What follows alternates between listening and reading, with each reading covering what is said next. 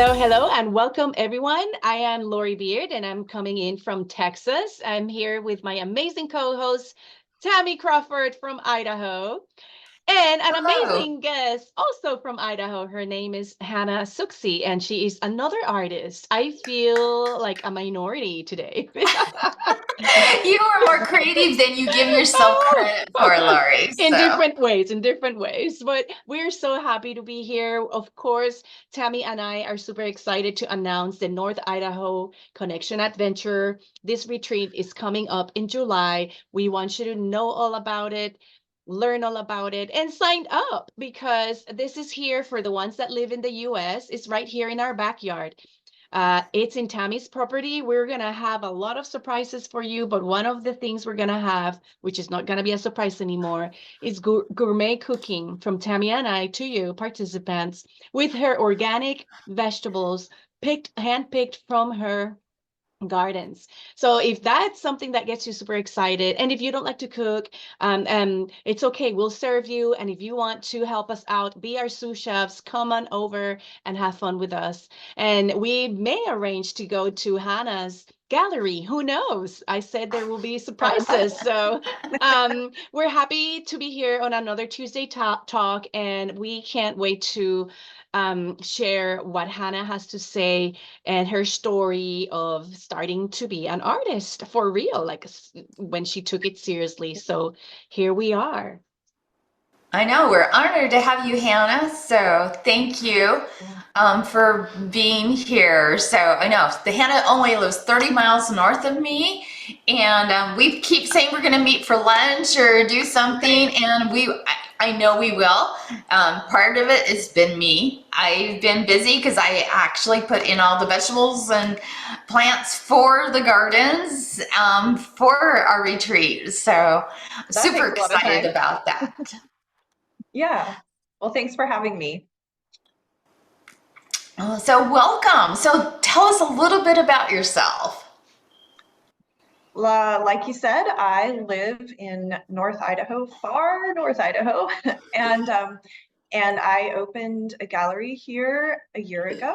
I've lived here for 20 years, and in the past 5, 6 years, really started painting, and I have my own gallery here in my tiny little town. Awesome. Well, in Bonner's Ferry, where Hannah lives, is one of the most beautiful areas in our nation, actually. It's absolutely gorgeous. It's what is it, 20 minutes from the Canadian border? Yeah, about that. It's not very far. It's one of the places I go to all the time for hiking. We take our side by side up there. It has a wildlife refuge, just beautiful waterfalls, lakes. It's absolutely gorgeous. It's a gorgeous valley, and I hope it always stays that way. So. Yes, lots of inspiration from every direction, every way you look. There's fun And things. that's one of the reasons I go up there. Even though I live in the woods, Bonners County and Boundary County are they're just absolutely gorgeous counties up here. I was pulling up information for the Idaho retreat, and there's just in Bonner County, Boundary County, and Kootenai County, it's over 118 lakes in our area. Wow. And we have three of the largest lakes surrounding us in the Northwest here. So, I mean, we are so lucky to live here, and it is inspiration all around. And yeah, so Hannah is going to tell us how she kind of got started in her art. And I know you've been painting, Hannah, now since 5 years, being very creative, selling rocks, right? And yeah, Right, painting rocks with my sister's nail polish. She didn't appreciate that, and then decided to go have a stand on the side of the highway to sell my painted rocks instead of eliminating sand.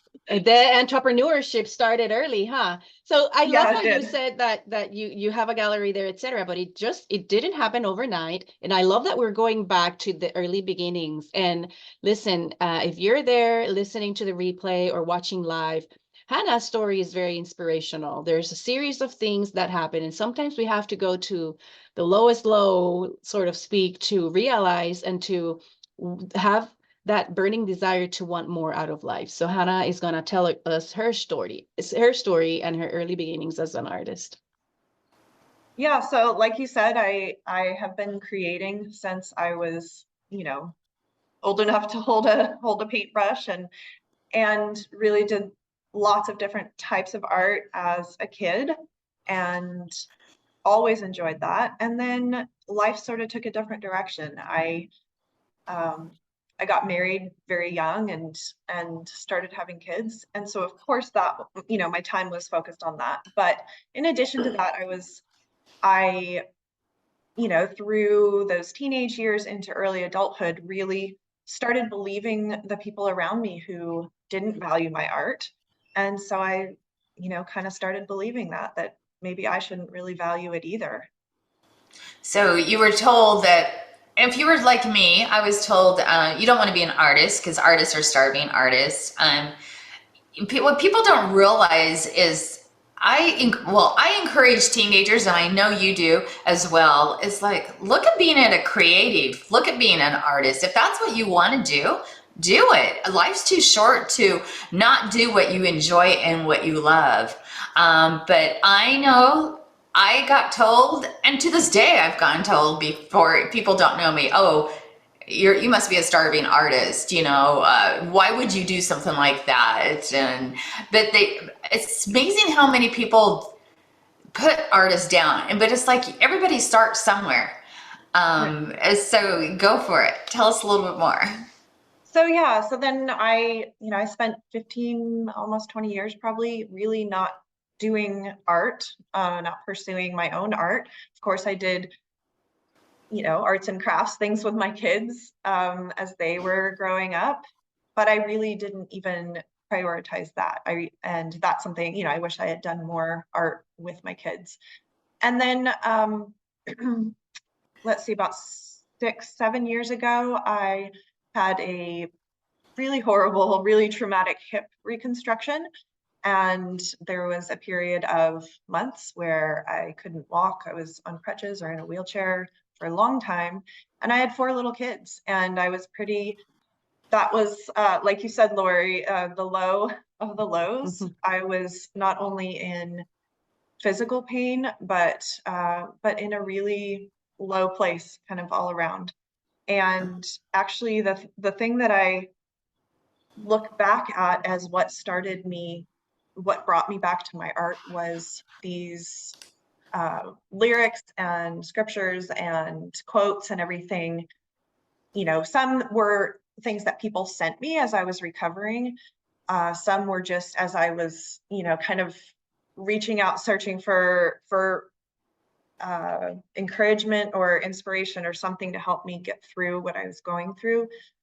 And I started writing those things down and doodling around them. It's like just hearing them wasn't enough. I needed to touch them, and I needed something tangible. And so I started doodling, and then I kind of started painting. And then that really, that expression, it was in that I found a voice that I didn't know was there before, really. It's amazing, like when you mentioned the lyrics and poems, it's amazing how those quotes, it's like a friend of gave me this, don't wait for the right opportunity, create it. It gives us those positive vibes. Or I listen to certain music, like for King and Country, or I was listening to, oh gosh, it's like Coat of Many Colors. I can't think of his name today. But listening to that positivity that helps even inspire us to even start drawing and stuff. And sounds to me like you went through a horrible pains with your hip and everything, but art is like a pain management. Isn't that what you find? Yeah, I think part of it is that finding a voice. It's that expressing something. And for me, it was, as I started to paint, it was, here's this wordless thing that you're expressing what's inside of you without trying to have to find the right words. And so I think in doing that, that was that was a release, and then turns into something actual physical, help and healing in a I don't know, just a very real way for me. We appreciate you sharing this, and I want to say hello to Susan. She's watching live. How are you, Susan? Is there anything from Hannah's story that you can relate to in terms of being in emotional pain or physical pain and having an outlet, a release to express yourself? With Hannah, it was with art, it was with painting, and we appreciate her sharing that. Also, Hannah, you said that at a time you were super busy. Hey, Amber Young, we love that you're here. Welcome, welcome. She's saying hello to Hannah. I'm not sure if you Hello. know Amber. Do you know Amber Young? I do. Amber's a friend of mine, and I think I believe she's a friend of yours, Hannah. So Okay, yeah. Awesome. Right. I think we were homeschooling kids together. Yay. And that's A whole exactly what lifetime ago. Yeah, I was going to ask you, Hannah, that you said also there was that physical and emotional pain when you were having your hip replacement and all that, but also there was another season of your life where you were busy as a mom. Um, and you were not able to express yourself fully, and also you were hearing those voices, etc. You want to tell us a little bit about that? Um, the time before I started creating. Mm-hmm. Mm-hmm. Yeah. So, yeah. Right. Being in a part of it was community and a marriage where like you said, the voices of sort of telling you what's important and what's not important. And I believed those things. I didn't believe that I had something valuable to share with people, that just by creating the art that was inside of me, that could actually help other people. In that phase of life, it was looked down on, and really sort of a selfish thing. Like it wasn't creating a meal for my family. It wasn't doing something that at the time, the church that I was in, there are acts of service that are seen as holy or doing something good for other people, and painting's not on that list. Going and sitting there and spending time with a paintbrush and canvas, that is not seen as anything valuable in giving to other people. And so for a long time, I didn't do any of that because it wasn't valued by those around me. And so I believed that as well. that's so sad. I mean, luckily my church actually valued. I actually we go to Real Life Ministries in Post Falls, and at the time when our church has started built new buildings, I actually spent hours painting huge murals because in the children's rooms, because those murals tell a story, as you know, with any art piece, and the like you said, the faces of the children when they'd come in and they'd see, like, I did a room was like Honey, I Shrunk the Kids with the mushroom, a cupcake that was 14 feet big, but when you do those things, it's amazing, just like you said, to watch the faces of each different room was this huge room that was just painted, kind of like you would see in a Disney or something. Of course, it's been since redone because they just remodeled the whole church like a year or two ago. But our church luckily valued that.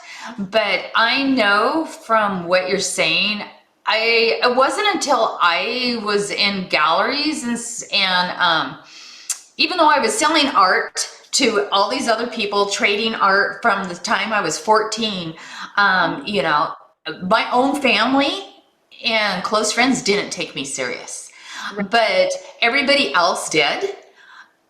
And, and it wasn't until they saw it in galleries or these huge commission pieces, they're like, oh, when did you start painting? And it's like, that painting there has been on my wall for 10 years. And you ignored it all I've that been doing time. this forever. But it's amazing how many people would make those comments, well, you'll be a starving artist. And you even see today in schools, people don't promote the arts like they should.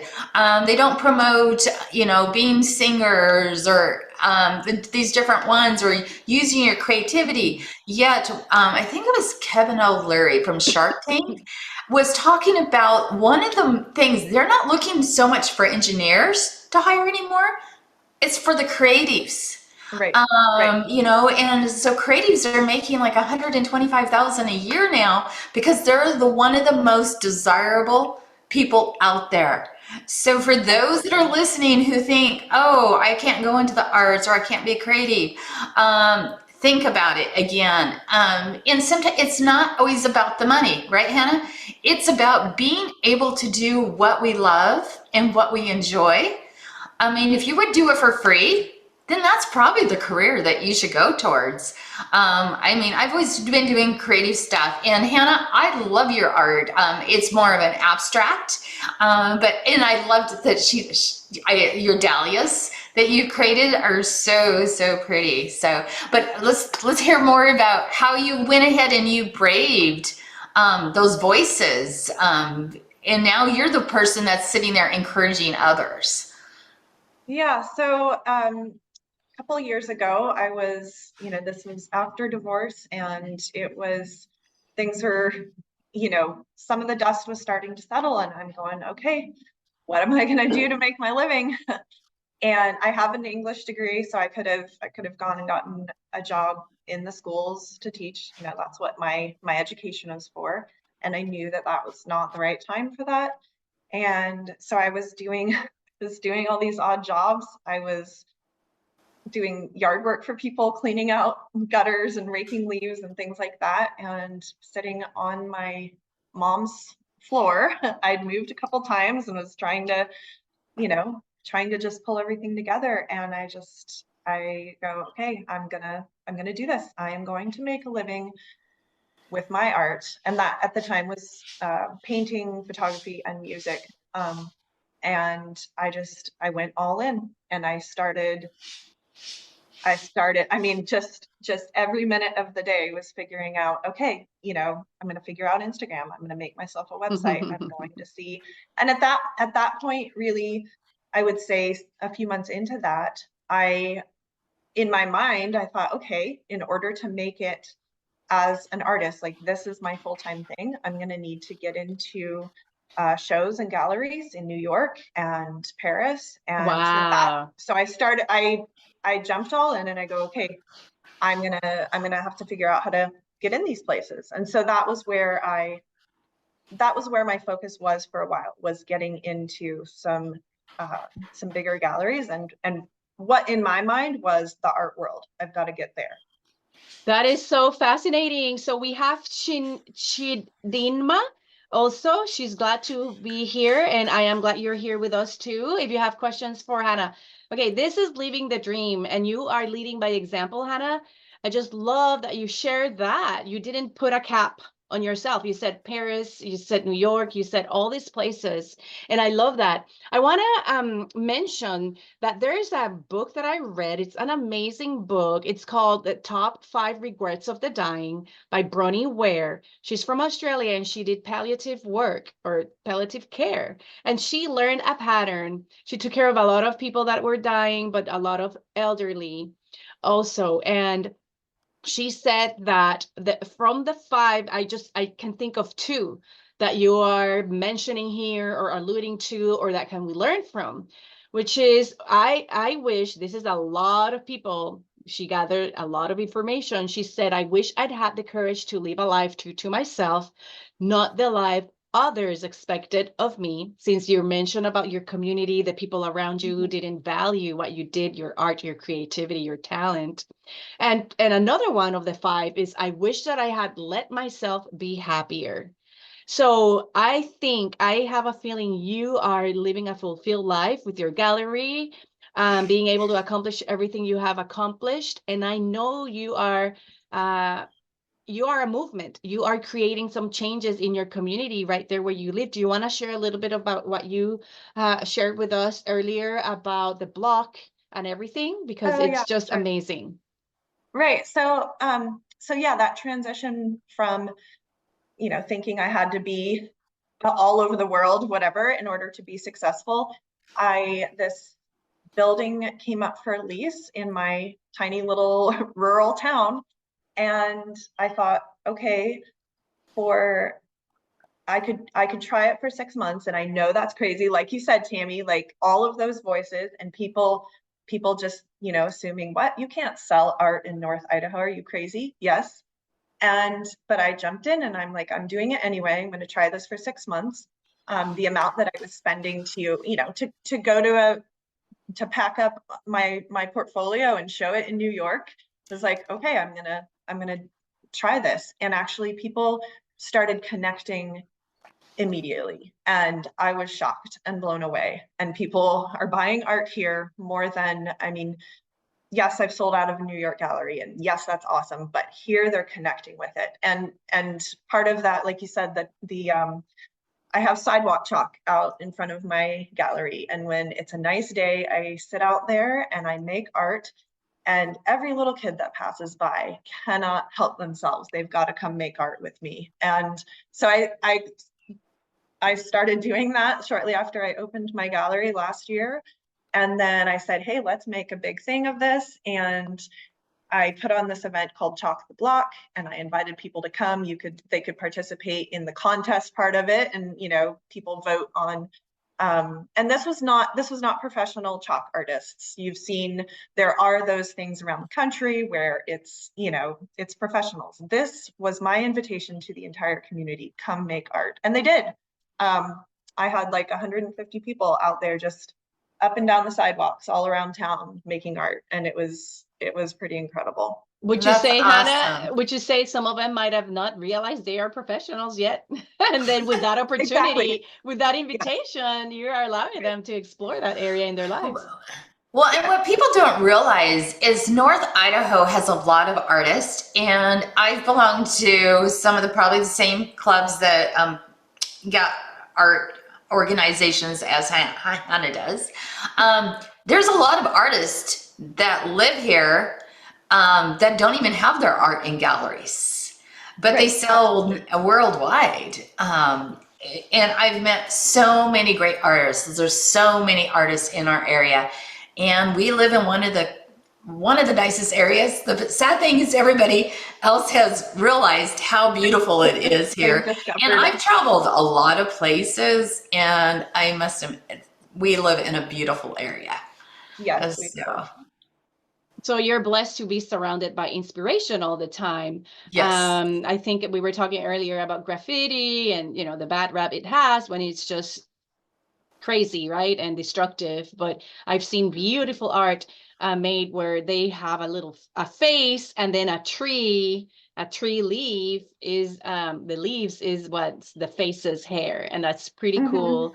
And I love things like that. So Hannah, what would you say? We have in our community a group of entrepreneurs, but even being an entrepreneur, we can get discouraged with life, etc. But what is encouragement advice you will give us to have that vision and believe in ourselves and go on self and do it?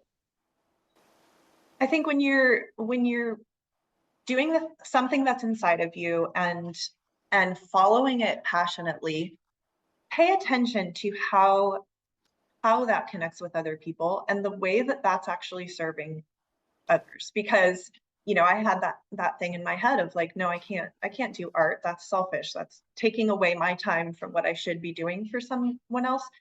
When I have found the opposite to be true, because as I started creating and doing the thing that's inside of me, it could even be this abstract painting that I made. I've had more opportunities like this where something that I have created speaks to someone on such a profound level that they're moved to tears, or they just, they're speechless, or maybe they gush for 20 minutes about everything it does for them. So I would encourage other creatives and entrepreneurs, not just creatives in the sense of, oh, if you paint or draw, but the thing that you create. It could be systems. It could be, I have a friend of mine who's doing financial systems, and she organizes people's finances. And that's the thing that she's good at, she's passionate about. And when you're doing the thing, you know, like you're in your zone of genius, that's going to serve others more powerfully than if you live your life of, you know, following the shoulds. It has to be a combination of this genius with givers, and that's the thing. I imagine if your favorite singer, favorite athlete, you know, it would be hiding and say, no, I'm super shy, I don't want to do this, I don't believe in myself, I'm second guessing myself. But no, they got out there, and you appreciate their work, you are entertained by it, you're inspired by them. I wonder how many are still hiding, and if that's all of us here, like some of us that are in this community, thinking less of what we can become, thinking literal, smaller than what should we be. And I that's why I love your story, Hannah, because you were able to think big and get out of that zone of self-pity or just allowing others to have that power over you, and you decided to break through and then live your life the way you want. So Well, that's and I awesome. love the fact that Hannah thinks about not just herself and what she loves and enjoys, but is using her art to listen to others as to what they enjoy as well. And you're using your art in ways to inspire and to encourage others, especially it sounds like kids and teenagers from your mission statement. So, which is awesome. We need more encouragers, and we need inspiration. And what people don't realize, do you realize how boring life would be if we didn't have artists out there, or if all of us were the same?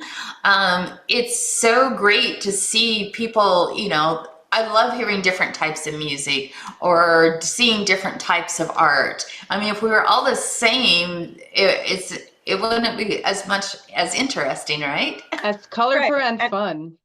Yeah, and our we have 3 elementary schools here in the county, and 2 of them don't have any art or music, or it's just a sporadic thing, like maybe a volunteer goes up. And so I've volunteered. I know there are other people that are you know, trying to do that, but the school district has, you know, said, okay, those things aren't as important as the academics, and so they've taken them out, and it's awful. And so what that tells kids is it must not be important. So I am on a mission to change the whole, just the focus of the community in valuing art and seeing that, you know, that the creatives are the ones that are doing some amazing things, like as adults, but then also to change the view that adults have of, and realizing that by devaluing their children's creativity, they're doing them such a disservice. And so I'm on a mission to change. I agree. I'm going to join you on your mission. I've done volunteer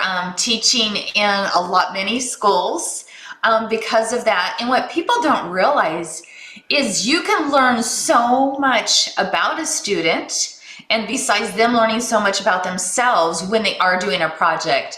I remember I was teaching a 2nd grade. This was down in the Eugene Springfield area in Oregon, and a 2nd grader, he was marrying everything, and they were wondering, all the teachers were wondering why he was flunking on his lettering and everything. But it's like, it's because he's dyslexic, and they should have caught it when he was in kindergarten or 1st grade. But I caught it in 2nd grade when I pointed it out to the teacher, showing. And teachers are awesome, and I know they have this certain curriculum they need to teach, but our school systems, like you said, need to add those arts, because it's like if you're playing video games all the time, you're not being as creative. I mean, you might be in a sense, but in order to create, you've got to get out there and do different things and be introduced to different things. If it's always the same thing, you're not gonna learn. It's like, be willing to learn all the different types of art. Like, there's so many different mediums, you know, different things that you can do. So why not learn different things so you can create or become that? It helps to build your character, I guess.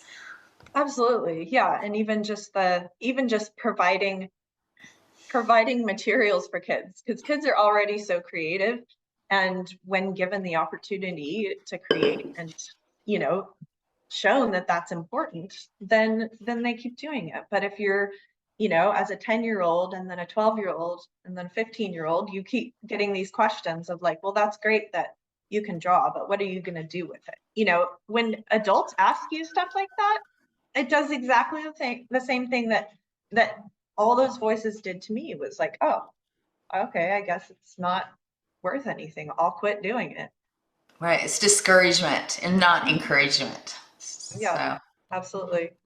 So but it's really cool, when you, like I said, with the sidewalk chalk, it's there, that bucket is there and kids cannot resist. And even adults too. I have, That would be grandparents out me. there. That Yep. would be me. hey, Start I would be trying. there. Yeah. Well, thank you so much, Hannah, for being here, being our guest with a wonderful story of becoming something more despite all the critics, despite all the naysayers. And you're like, nope, no more. Enough is enough. I've listened to you long enough and I know how I feel, so miserable or suppressed. So now I'm going to get out there and um, be very infectious with my art. And that's great. Yes, we appreciate you, Hannah, for all that you're doing for the community, helping out, taking that stand, inspire, encourage you to keep doing it. It's amazing. We need more people that are willing to stand up and not listen to those voices. So make sure when you do post something, this is to everyone that's listening, make sure it's always inspiring or encouraging. It's something that would inspire or encourage you, not discourage you from doing that. The more we see those inspiration and those quality positivity quotes from different people, the more it inspires us. And of course, get out and enjoy nature, because that's where I know I get my inspiration. And I believe, Hannah, that's where you get your inspiration as well for Oh when yeah. you're doing art. And I know Lori loves the outdoors as well. So Yeah, definitely, definitely. Well, thank you. How are you going to be inspired today? How did this information today and Hannah's story inspired you today? Leave it in the comments. We want to hear your own story or what did you learn from this? So thank you for being here today, and we'll see you next time, right? yes, have a great week, everyone. We'll see you next Tuesday. Bye. Thank you. Bye, Hannah. Thanks. Bye bye.